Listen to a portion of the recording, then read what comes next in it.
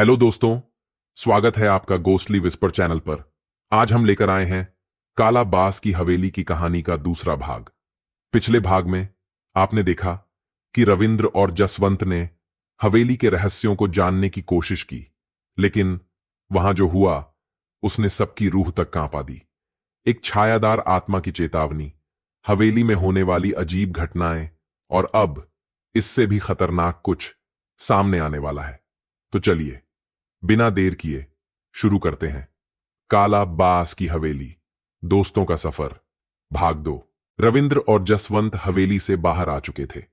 गांव की सीमा पार करते ही दोनों को ऐसा लगा जैसे किसी अदृश्य बोझ से उनका शरीर हल्का हो गया हो। हवेली की दहशत उनके चेहरे पर साफ दिख रही थी, लेकिन दोनों ने एक दूसरे से ज्यादा कुछ नहीं कहा। बस चुपचाप कुछ दिन गांव में रुके और फिर वापस जैसलमेर लौट गए। लेकिन हवेली के भीतर खामोशी में छुपा जहर अब जाग चुका था। तांत्रिक का प्रचंड क्रोध जहरीली लहरों की तरह हवेली की दीवारों में दौड़ चुका था। उसकी आंखें सुर्ख होकर बाहर निकलने को थीं। सामने जमीन पर राख में बदली वो किताब पड़ी थी, उसकी वर्षों की तपस्या, उसकी तमाम काली विद्याओं का सार अब सिर्फ राख बन चुकी थी। वो घुटनों के बल जमीन पर बैठा था। उसकी कांपती उंगलियां राख को कुरेद रही थीं, मगर उसकी जुबान रुकने का नाम नहीं ले रही थी। उसने दोनों हथेलियां आसमान की ओर उठाईं। फटी फटी आवाज में एक डरावना मंत्र गूंज उठा।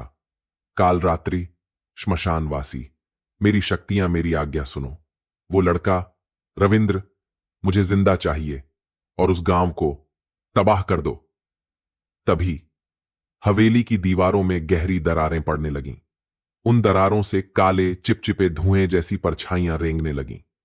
छत से उल्टे लटके चमगादड़, जो अब तक सन्नाटे में गूम थे, एक ही झटके में पागलों की तरह फड़फड़ाने लगे, जैसे उनकी आत्मा भी उस मंत्र की चपेट में आ गई हो। हवेली की हर ईंट जैसे उस तांत्रिक के श्राप को जी रही थी। चारों ओर गूंजने लगा तांत्रिक का भयानक अट्टहास, जो हवेली की हर दीवार से टकराकर बार बार लौट रहा था। जैसलमेर में लौटकर भी सब पहले जैसा नहीं था। रविंद्र के साथ कुछ अजीब होने लगा था। पहले तो उसने सोचा ये सिर्फ बुरे सपने हैं, लेकिन धीरे धीरे उसे समझ आया ये सिर्फ सपने नहीं थे। ये तो उस हवेली का अंश था जो उसके साथ लौट आया था। रात में जब सब चैन की नींद सोते, रविंद्र की आंख खुल जाती। उसे वहीं तहखाना दिखता जिसमें उन्होंने वो किताब छुई थी। कभी दीवारों पर काले साए सरकते नजर आते, कभी किसी का धीमा रुदन उसके कानों में गूंजता। वो किताब जिसे हवेली की आत्मा ने कहा था कि उससे कोई नुकसान नहीं होगा, अब वही किताब उसकी चेतना पर कब्जा कर रही थी। काले मंत्र अब उसके सपनों में उतरने लगे थे। वो मंत्र जो एक बार पढ़ने के बाद आत्मा को किसी और ही दुनिया में खींच ले जाते हैं। रविंद्र की आंखों के नीचे काले घेरे उभरने लगे थे। दोस्त पूछते, क्या हुआ, तबीयत तो ठीक है? वो मुस्कुरा देता, बस नींद पूरी नहीं हुई। जसवंत को कुछ अजीब लगता था, मगर वो भी समझ नहीं पा रहा था ये सिर्फ थकान है या हवेली की कोई परछाई रविंद्र के साथ लौट आई है। धीरे धीरे कॉलेज के कमरे में भी अजीब घटनाएं होने लगीं। कभी दरवाजा अपने आप खुल जाता, कभी किताबें जमीन पर बिखरी मिलती, और सबसे डरावनी बात, जब रविंद्र शीशे में अपनी परछाई देखता तो वो उसकी परछाई नहीं लगती थी। वो परछाई ज्यादा काली थी, ज्यादा डरावनी। एक रात जब जसवंत करवट बदल रहा था, उसने देखा रविंद्र बैठा हुआ था, आधी खुली आंखें और होठों पर वही मंत्र जो उन्होंने हवेली में सुना था। जसवंत ने डरते डरते उसे झकझोरा, रविंद्र, ये क्या कर रहा है? रविंद्र की आंखें अचानक पूरी खुल गईं, लेकिन उन आंखों में एक खालीपन था, जैसे वो खुद वहां था ही नहीं, जैसे उसकी जगह कोई और बैठा था। अब जसवंत को यकीन हो गया था हवेली से सिर्फ डर और कहानियां नहीं आईं, कुछ और भी आया है, कुछ ऐसा जो अब धीरे धीरे रविंद्र को अपने कब्जे में ले रहा था। कॉलेज कैंटीन, हल्की हंसी मजाक चल रहा था। श्याम, जसवंत और रविंद्र एक ही टेबल पर बैठे थे, बाकी दोस्त भी आसपास थे। अचानक रविंद्र की सांसें तेज होने लगीं। उसका चेहरा सफेद पड़ गया, आंखें उलट गईं और वो जमीन पर गिरकर तड़पने लगा। कैंटीन में अफरा तफरी मच गई। श्याम और जसवंत ने उसे संभालने की कोशिश की, मगर उसके शरीर में जैसे किसी और का कब्जा था। डॉक्टरों ने घंटों जांच की, लेकिन रविंद्र की हालत की कोई वजह नहीं मिली। शरीर बिल्कुल स्वस्थ, मगर दिमाग में कोई भयानक तूफान मचा हुआ था। कॉलेज प्रशासन ने उसके माता पिता को बुला लिया। कुछ घंटों बाद घबराए हुए माता पिता पहुंचे। जसवंत ने सब कुछ बता दिया, हवेली, किताब, तहखाना, आत्मा और रविंद्र पर बढ़ता असर। रविंद्र के पिता के चेहरे पर चिंता गहरी होती गई। तभी श्याम ने थोड़ा झिझकते हुए कहा, पिताजी, शिव मंदिर के मुख्य पुजारी हैं, हमें उनके पास चलना चाहिए। शायद वे कुछ उपाय बता सकें। रविंद्र को अस्पताल में ही छोड़कर जसवंत, श्याम और रविंद्र के माता पिता गांव के पुराने शिव मंदिर पहुंचे। मंदिर की सीढ़ियां चढ़ते ही एक अजीब सी ठंडक शरीर में उतरने लगी, जैसे कोई अदृश्य शक्ति हर कदम देख रही हो। श्याम के पिता, जो वर्षों से इस मंदिर के महंत थे, चुपचाप एकटक सबकी बातें सुनते रहे। हवेली, किताब, तहखाना, आत्मा, सब कुछ सुनने के बाद उन्होंने गहरी सांस ली और बोले, वो किताब सिर्फ मंत्रों का संग्रह नहीं थी, वो एक पिंजरा थी, एक ऐसे तांत्रिक का पिंजरा जिसकी आत्मा काली विद्या में इतनी डूब चुकी थी कि उसकी मौत भी उसे मुक्त नहीं कर पाई। वो अब भी हवेली में कैद है, मगर तुम लोगों ने उस किताब को छूकर उसकी जंजीरें ढीली कर दी हैं। महंतजी ने आसमान की ओर देखा और कहा, 2 दिन बाद महाशिवरात्रि है। उस रात की ऊर्जा सबसे शक्तिशाली होगी, तभी हम उसकी शक्ति को रोक सकते हैं। रविंद्र को लेकर उस रात मंदिर आना, वरना वो तांत्रिक पूरी तरह मुक्त हो जाएगा। महाशिवरात्रि की रात पूरा मंदिर भक्ति में डूबा था, मगर हवा में कुछ अजीब था, जैसे आकाश में कुछ छिपा हुआ हो जो धीरे धीरे जाग रहा था। रविंद्र जैसे ही मंदिर की सीढ़ियों पर कदम रखता है, उसकी सांसें तेज हो जाती हैं। मंदिर का विशाल द्वार पार करते ही हवा अचानक भारी हो जाती है। किसी अदृश्य दबाव का बोझ उसकी छाती पर महसूस होने लगता है। दीपक की लौ बिना हवा के कांपने लगती है और मंदिर में घंटियों के बीच एक अजीब सी सनसनाहट गूंज उठती है। महंतजी समझ जाते हैं, तांत्रिक की छाया मंदिर तक पहुंच चुकी है। उन्होंने जल्दी से पवित्र जल का कटोरा उठाया और जल की कुछ बूंदें रविंद्र पर छिड़की। रविंद्र जमीन पर गिरकर छटपटाने लगा। उसकी आंखें बंद थीं, मगर उसके कानों में साफ सुनाई दे रहा था, तुम बच नहीं सकते, वो तुम्हें छोड़ेगा नहीं, वो आ रहा है। कुछ समय बाद जब रविंद्र होश में आया, महंतजी ने गंभीर स्वर में कहा, यह सिर्फ शुरुआत है। तांत्रिक की छायाएं तुम्हें हर जगह रोकने की कोशिश करेंगी, लेकिन जब तक यह रुद्राक्ष तुम्हारे गले में रहेगा, वो तुम्हें छू भी नहीं सकेगा। महंतजी ने रविंद्र के गले में रुद्राक्ष की माला डाली और एक कपड़े में लपेटकर कुछ विशेष चीजें दी। इन्हें हवेली के तहखाने में रखना होगा, तभी तांत्रिक हमेशा के लिए कैद होगा। हवन पूरा होने के बाद महंतजी ने रविंद्र, श्याम और जसवंत को अपने पास बुलाया। कमंडल से उन्होंने थोड़ी भभूत निकाली और तीनों के हाथों पर रखी। ये महाशिवरात्रि के हवन की पवित्र भभूत है। जब अंधकार तुम्हें घेरने लगे, जब तांत्रिक की छायाएं तुम्हारा रास्ता रोकने आए, तब यह भभूत तुम्हारी रक्षा करेगी। रविंद्र ने सिर झुकाकर भभूत ग्रहण की। श्याम और जसवंत के चेहरे पर थोड़ी असमंजस थी। श्याम ने धीरे से पूछा, पिताजी, क्या सच में यह राख हमारी रक्षा कर पाएगी? महंतजी ने मुस्कुराया नहीं। उनकी आंखों में गहरी गंभीरता थी। यह सिर्फ राख नहीं है बेटा, यह महाकाल का आशीर्वाद है।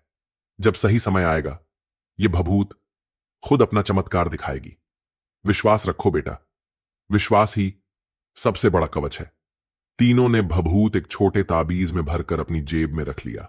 अब उनके सामने बस एक काम था, हवेली लौटकर उस तांत्रिक को हमेशा के लिए कैद करना। रविंद्र गांव जाने की तैयारी करता है, लेकिन उसने अपने माता पिता को साफ मना कर दिया। वो नहीं चाहता था कि वो किसी भी खतरे में पड़े। अब वो तीनों, रविंद्र, श्याम और जसवंत, जैसलमेर से गांव की ओर बढ़ रहे थे। सूरज डूब चुका था। शाम की हल्की ठंडक अब बदन में सिहरन बनकर उतर रही थी। रास्ता अब वीरान था और हवाओं में एक अजीब सा कंपन था, जैसे कोई अनदेखी शक्ति वहां मौजूद हो। गांव अब ज्यादा दूर नहीं था। तभी अचानक एक जोरदार झटके के साथ बस रुक गई। क्या हुआ? जसवंत की आवाज में घबराहट थी। ड्राइवर ने हैरान होकर कहा, पता नहीं, इंजन अचानक बंद हो गया। ऐसा पहले कभी नहीं हुआ। अचानक बाहर के सन्नाटे में एक अजीब सी सरसराहट गूंज उठी। कोई था वहां, लेकिन दिखाई नहीं दे रहा था। रविंद्र ने बस की खिड़की से बाहर झांका और तभी एक झटके से काली परछाई सामने आई। लाल चमकती आंखें, हड्डियों जैसे पतले हाथ और हवा में झूलता एक डरावना शरीर। तांत्रिक के दास। रविंद्र के होंठों से कांपती आवाज निकली। अचानक बस के अंदर चीख पुकार मच गई। खिड़कियों और दरवाजों से काले हाथ अंदर घुसने लगे। यात्री सीटों के नीचे छुपने लगे। कुछ बस से कूदकर भागने की कोशिश करने लगे। हमें इन्हें रोकना होगा, श्याम ने गुस्से से कहा। जसवंत ने लोहे की रॉड उठाई और एक परछाई पर मारी, लेकिन रॉड उसके आर पार चली गई। ये चीजें ठोस नहीं हैं, जसवंत चीखा। एक परछाई ने एक यात्री को पकड़ लिया, उसे हवा में उठा दिया। उसकी चीख बस में गूंज उठी। रविंद्र ने अपनी जेब से भभूत निकाली। अपने हाथों पर लगाओ और इन पर फेंको। तीनों ने भभूत लगाई और परछाइयों की तरफ उछाल दी। जैसे ही भभूत उन पर गिरी, चमकीली रोशनी फैली और वो परछाइयां दर्द से चीखने लगीं। उनकी लाल आंखें बुझने लगीं और वो धुएं में बदल गईं। बस में सन्नाटा छा गया, लेकिन उनकी अंतिम चीख ने एक भयानक संदेश छोड़ दिया। मैं वापस आऊंगा, तुम्हें जिंदा नहीं छोड़ूंगा। ड्राइवर की कांपती आवाज गूंजी। अब क्या करें? रविंद्र ने बाहर झांका। अंधेरा और गहरा हो चुका था। सियारों की डरावनी आवाजें रेगिस्तान में गूंज रही थीं। हमें यहां से तुरंत निकलना होगा। रविंद्र का स्वर दृढ़ था। ड्राइवर ने इंजन स्टार्ट करने की कोशिश की, लेकिन बस अजीब सी घड़घड़ाहट के साथ हिलने लगी, जैसे कोई अदृश्य ताकत उसे जकड़े हुए हो। तभी पीछे से किसी यात्री की घबराई चीख आई। कोई पीछे है। सबने मुड़कर देखा। बस की खिड़कियों पर लंबे नाखूनों से गहरी खरोंचें पड़ चुकी थीं। बाहर कुछ था जो दिखाई नहीं दे रहा था। ये अभी भी हमें देख रहे हैं, श्याम की आवाज फुसफुसाई। तभी धड़ धड़ धड़ बस की छत पर भारी कदमों की गूंज उठी। जसवंत ने बस का दरवाजा खोला, लेकिन बाहर कुछ नहीं था, या शायद था, जो आंखों से ओझल था। अचानक छत से एक खौफनाक आवाज गूंजी, तुम बच नहीं सकते। अगले ही पल बस का दरवाजा खुद ब खुद जोर से बंद हो गया। लोगों की सांसें थम गईं, लाइट्स जलने बुझने लगीं, यात्री डर से रोने लगे। ड्राइवर ने इंजन स्टार्ट किया और इस बार बस एक झटके से चल पड़ी, लेकिन सामने सड़क के बीचों बीच वही काली परछाई खड़ी थी। उसकी लाल आंखें और भी भड़क उठीं। ब्रेक फेल हो चुके थे। ये हमें जाने नहीं देंगे, श्याम ने घबराकर कहा। रविंद्र ने जेब से ताबीज निकाला और साए पर फेंक दिया। नीली रोशनी परछाई पर गिरी और वो दर्द से चीख उठी। गंगा जल की कुछ बूंदें परछाई पर पड़ीं और वो जलने लगी। उसकी चीखों ने बस को कंपा दिया और वो धुएं में बदल गई। बस में चारों ओर लाशें बिखरी थीं। हर यात्री की मौत हो चुकी थी। चेहरे डर और दर्द से विकृत थे। फर्श पर खून और जले मांस की गंध। रविंद्र, श्याम और जसवंत जख्मी, फटे कपड़ों में किसी तरह बस से बाहर निकले। अंधेरी रात और ठंडी हवाएं उनके जले कटे घावों में सुई की तरह चुभ रही थीं। गांव अब दूर नहीं था, लेकिन रास्ता अभी भी मौत के साए में डूबा था। क्या वो गांव तक पहुंच पाएंगे, या रास्ते में ही मौत उनका इंतजार कर रही है? क्या ये हमला सिर्फ शुरुआत थी? असली खतरा अभी बाकी है। कहानी सुनने के लिए धन्यवाद। आपको ये भाग कैसा लगा हमें कमेंट्स में जरूर बताएं। अपना ध्यान रखें। मिलते हैं अगली कहानी में, जहां डर और गहरा होगा।